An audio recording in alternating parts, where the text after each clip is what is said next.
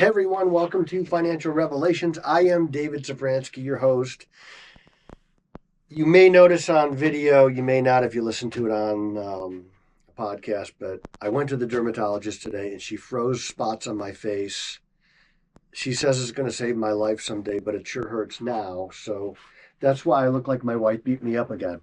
I'm just kidding. She never beat me up. You can hear me every Thursday morning on WCRF in Cleveland, 103.3. Download the Moody Radio App and you can listen to me anywhere and archives. So you can read my political opinion a little bit more if you don't get enough of it here on Twitter at SkiBucks1. You can call here 1-800-344-2534. You can ask questions. You can talk to Corey. Corey loves to share recipes with people who call in. So make sure you do that. And you can email Corey questions, Corey@epsf.com. Corey's laughing in the background. Apparently she doesn't cook. She knows no recipes. She goes to the grocery store and buys ready-made meals. So, and ramen. She makes a lot of ramen for her family. Poor kids. My mom cooked every single night when I was a kid. My mom cooked every night. For a long time, until my youngest sisters, who were very problematic, went to school. She was a stay-at-home mom, and I really benefited from it. I liked having her around for the most part, except for when I was in trouble. I grew up in an age where your mom did chase you with a wooden spoon. She never really caught you. She didn't want to catch you. She just wanted to scare you. So at least me. That's the world that I grew up in. And I could beat her up the stairs, no problem. She's never going to catch me. We got an Amazon trip coming up in just a little bit here, a week or so we leave. You can support it if you want to. nativosusa.org is our website. And we downloaded some new video there. You can see what we're going to do. I'm also going to do the radio show from the Amazon in a couple of weeks. So tune in for that. And I will record the podcast from the Amazon. We'll have Pastor Marcos on, and probably the Sa of the village, or the chief of the village, will be on. And I'll yell at kids and in between and do things like that. And we'll put some video up of the actual well site that we're on. We can't give you the exact location where we're at until we leave. And even then, I don't think that they want us to give out the exact location. So I wanted to focus today a little bit on the markets that are in a little bit of disarray right now. And there's several reasons for this. A lot of it is emotional. A lot of the things that we're seeing right now are emotional. There's a little bit of that. AI trade is coming off. NVIDIA reported last night they make the most powerful computer chips known to mankind. They make, and it was really unique. I read this story in the Wall Street Journal about a month ago about how they're built in a vacuum chamber with UV light, and there's only 13 machines in the world that could do this, and NVIDIA owns, I think, 7 of them or something like that. But they're saying the next AI chip is going to be 1,000 times more powerful than the current AI chip. I don't know what that means. Like, what is AI going to be able to do? How are we going to apply this to our lives? But some of that, the euphoria around artificial intelligence is just kind of taking a reset. And I think there's a couple of reasons for this. Number one, there is a lot of tariff talk right now. The Trump administration rolled into town January 20th, and it is operating at a breakneck pace. And this is a planned thing on their part. They've been planning this really for about 2.5 years. And the plan was to kind of overwhelm the opposition so they couldn't focus on one thing. And the reason why they did the DOGE thing so quickly and targeted USAID is because it was the low-hanging fruit. They knew it was the biggest government boondoggle, and they would uncover a lot of stuff there. And then it would make it easier to go to the next department because people would say, well, look at what they discovered there. It's probably going to be some of that stuff there. And it is. It's true. It's in every department. These non-governmental organizations, they're called NGOs for short, these NGOs were getting hundreds of billions of dollars a year and then using the money against the United States, in essence, with illegal immigration. That's what funded the BLM riots. Remember during the BLM riots when they'd show footage of it and there would be stacks of bricks on pallets? Well, how did those get there? Somebody paid for those. You know who paid for those? You paid for those through USAID. Yeah, absolutely.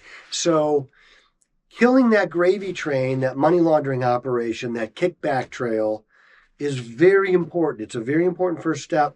And so you're seeing chaos around that. You're seeing that isn't making the market sell off, but it is creating what is appearing to be a chaotic situation. It isn't really chaotic. This is all by design.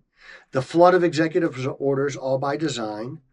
The tariff talk, all by design. And if you remember last week, I said, we buy the chaos. The profit, the wealth is made in the midst of chaos. So if you think back to 2008, we could go back farther, but most people don't remember before 2008. But I don't think anybody that was alive during 2008 and was aware of what was going on. So if you were probably older than the age of 14, you remember 2008 distinctly. It was a seminal moment in our financial lives and in the country. And so in that chaos, money got made. In fact, I was just sharing this story this morning with somebody. I was buying Bank of America at $1. And I was buying a lot of it. I was with one of my football players in New Orleans, and he had this big table. And he's like, David, I need to know that you know what you're doing. And at first I wasn't even thinking about his question because I could see how angry he was. I was thinking about the fact that I thought I could outrun him if I zigzagged. I could get out of the house. Now, he lived in kind of a compound, and it had an 8 or 9 foot wall over it. And I think I would have been motivated enough to get over that wall, maybe hit the wall, jumping, and then tumble over, leave my computer and everything behind, take my phone so I could call an Uber. But I had to get out of there. And then I decided, no, I'm not going to do that. I'm going to answer his question with the veracity in which he's asking it. So I started pounding on the table fervently and believing what I was saying, that I do know what I'm doing. You buy the chaos. You buy the destruction. After the discussion ended, he said, okay, I just wanted to make sure you knew what you were doing. But this is what you buy. You buy if you could buy the chaos in 2008, you made tons of money. If you could buy the chaos in 2013 when Greece was going bankrupt, you could make tons of money.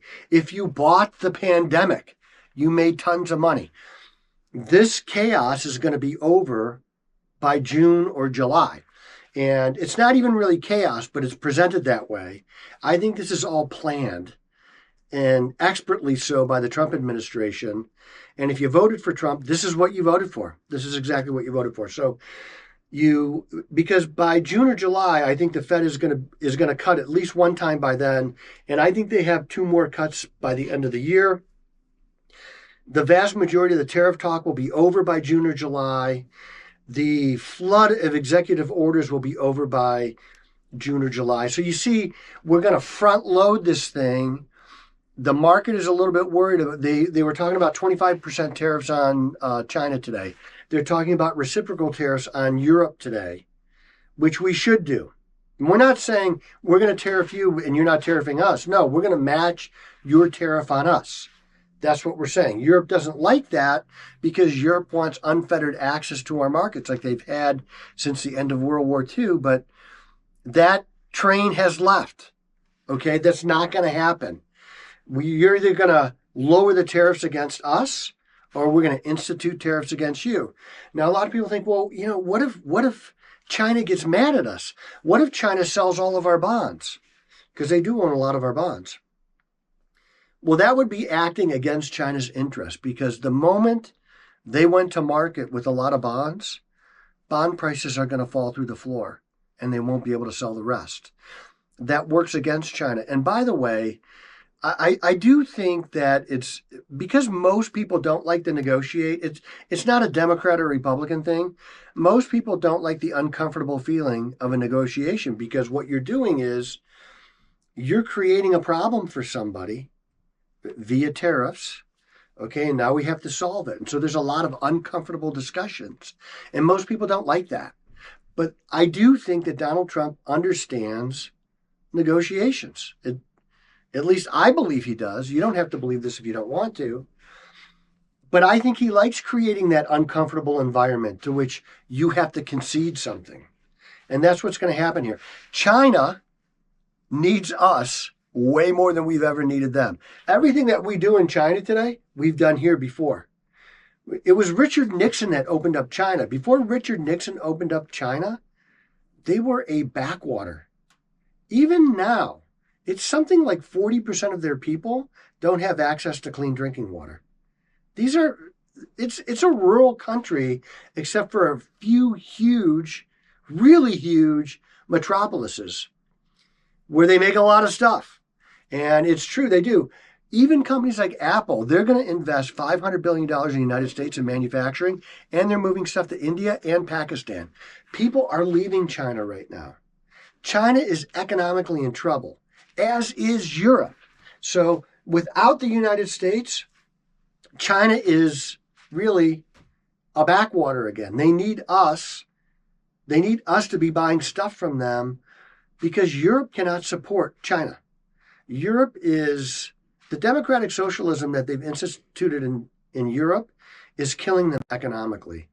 Germany, the economic engine of Europe, is dying. Volkswagen, who owns Audi and Volkswagen and a bunch of other car companies, they're laying off tons of people in Germany. That's their economic engine in Germany, is automobiles and manufacturing, and they're losing that. Now, I don't want to see bad things happen to Europe any more than I want to see bad things happen anywhere, but that's a reality of what they're dealing with. So I like to say we're the cleanest dirty shirt in the laundry. And what does that mean? It means that there is no perfect place to invest. There is none, but this is the best. So when I see a portfolio today that's got a lot of international and European investments, I'm thinking, I don't think I want to be there. I think I want to be here. I think this is the place I want to be. This is where the growth is going to happen because we have an administration now that understands what it takes to grow an economy. And we've gone over this. It's cheap energy prices, the mother's milk of a growing economy. It's expanding productivity. It's lower taxes. It's lower government spending.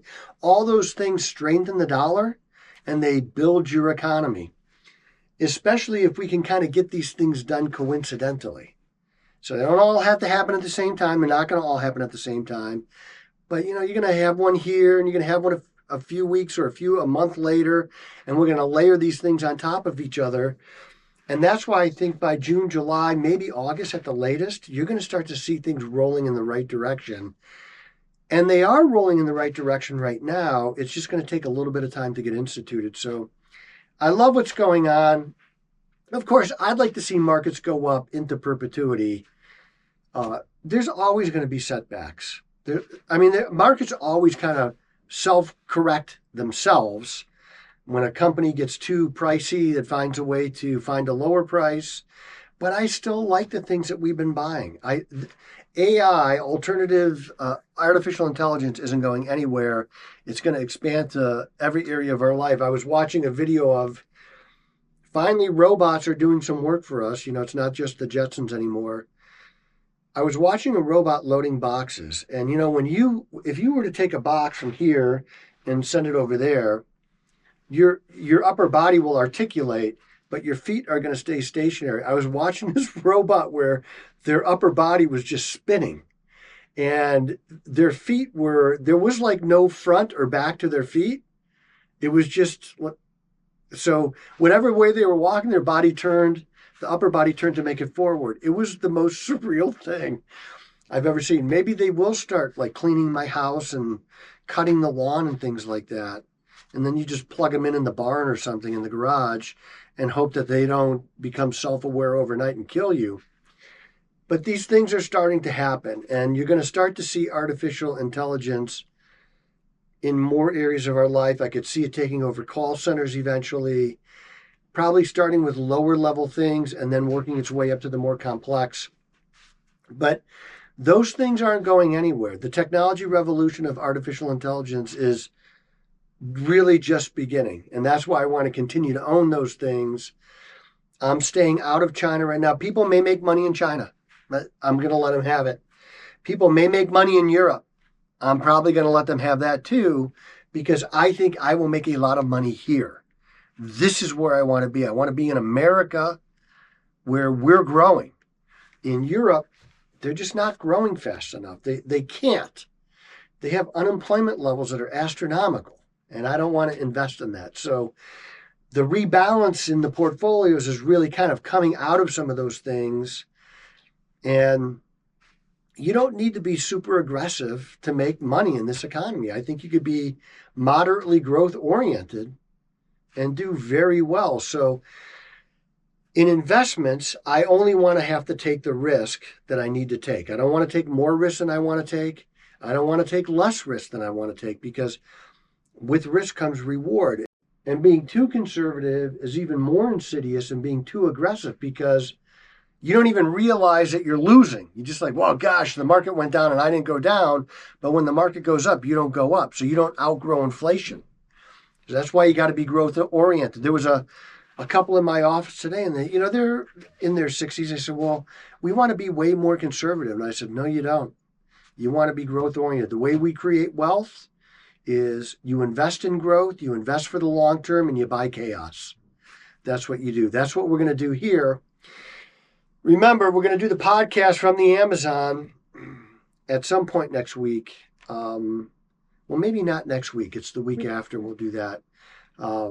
Radio show from the Amazon. Well, no radio show next week. Radio show from the Amazon the following week. I am David Szafranski, a real American and the voice you can trust.